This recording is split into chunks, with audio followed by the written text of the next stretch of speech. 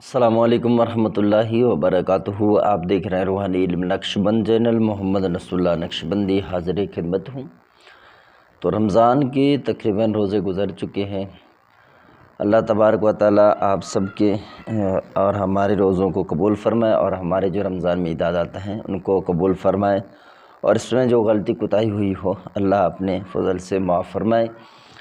تو یہ کسی کے خواہش پر میں عمل دینے لگا ہوں، کسی سے مکان خالی کرانے کے لیے دم دے رہا ہوں۔ نقش تو میں دے چکا ہوں 2-4، اب یہ ایک دم ہے جو مکان خالی کرانے کے لیے۔ یہ اس وقت کیا جاتا ہے جب کسی کرایہ دار سے مکان خالی کروانا ہو اور وہ خالی نہ کرتا ہو، ٹھیک ہے۔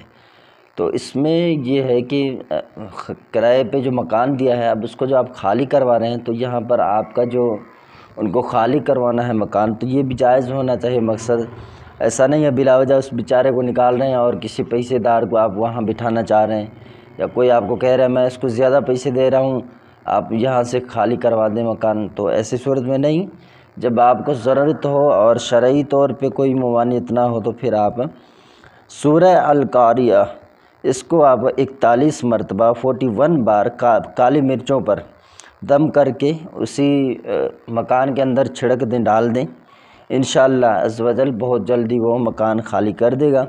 اگر مکان خالی نہ کرے گا تو اسے سخت نقصان اٹھانا پڑے گا اس مکان میں رہتے ہوئے، تو بالآخر وہ مکان چھوڑ دے گا۔ یہ ایک ہی مرتبہ کرنا ہے۔ اب مرچوں کی تعداد کتنی ہونی چاہیے؟